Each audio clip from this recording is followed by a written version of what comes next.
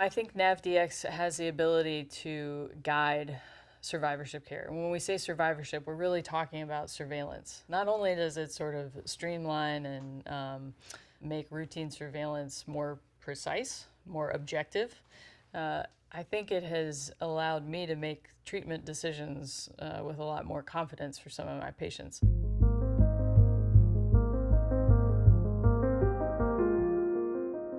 The problem that we've faced for the last, I would say, decade is that the diagnostic tools that we have currently, which have evolved from CAT scans to MRIs to PET scans, create an opportunity to do surveillance, but the sensitivity is not very high to the point where there's a lot of gray zones where we're always shaking our heads on what to do. Is it the right time to jump in with any type of biopsy or salvage? Should we continue to monitor them? What is the anxiety level of the patient?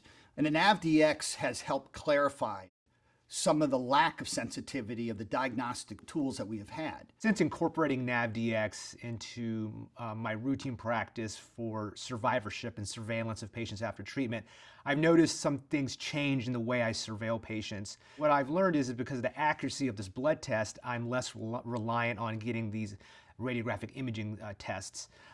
Also on physical exams, I'm more assured that my exam looked good, the blood test is negative, this cancer is in remission. What we'd like to do to optimize surveillance is to reduce the number of visits that the patient has, to improve our utilization of ancillary testing such as PET scan and CT scan, and from a point of view of timing, the NavDx is very helpful in optimizing when to do the scans. There are potential impacts of having frequent imaging, issues related to healthcare costs.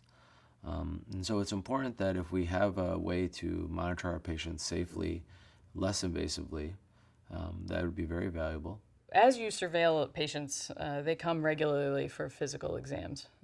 One of the ways that we're able to examine the oropharynx very completely is with flexible laryngoscopic examination. You actually have to put a camera into the patient's nose, down the back of their throat, and that's really the only reliable way to examine some parts of the oropharynx. So if you can imagine having a blood test rather than having to undergo laryngoscopy, a CT scan, as well as a physical exam, a regular physical exam, that potentially makes it a lot simpler, it makes it smoother.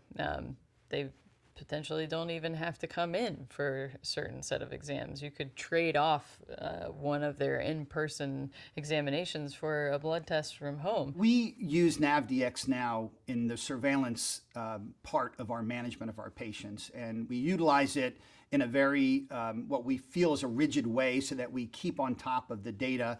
So we say, well, based on the negative predictive value of the current model for NavDx, if it's negative, we don't see the need to necessarily get additional examinations. But when there is a diagnostic study, we use the NavDx really as the default decision on how we're going to manage and follow the patient. So if the NavDx is negative, even if there's some fuzziness in the PET scan, we're not really sure, our idea is to continue to follow the negative NavDx, and that's been our kind of our default for patients. Typically, we follow patients for the lifetime, but for the first 2 years, we see them every 3 months, and with each of those clinical visits, we get a NavDx. And then from years 3 to 5, we see them twice a year, and we get a NavDx with each clinical visit.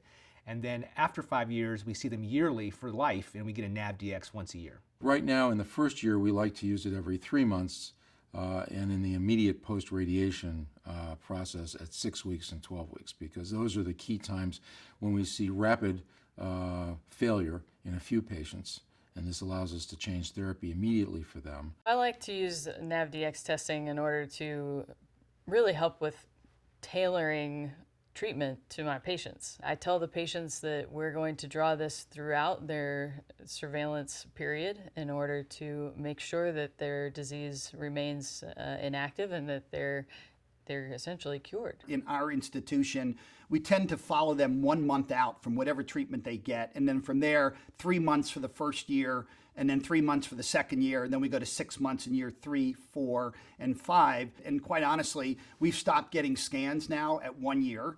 And the question is whether we can dial it back even to 6 months if the NavDx is negative. But at the end of the day, for us, the default Nav is so much more robust that it's, I think personally, going to replace or significantly reduce the need for less sensitive diagnostics tools that we already have. Having a test that has such a high specificity and positive predictive value is extraordinarily valuable in managing the patient during therapy, in surveilling the patient, and having confidence that I'm not missing something.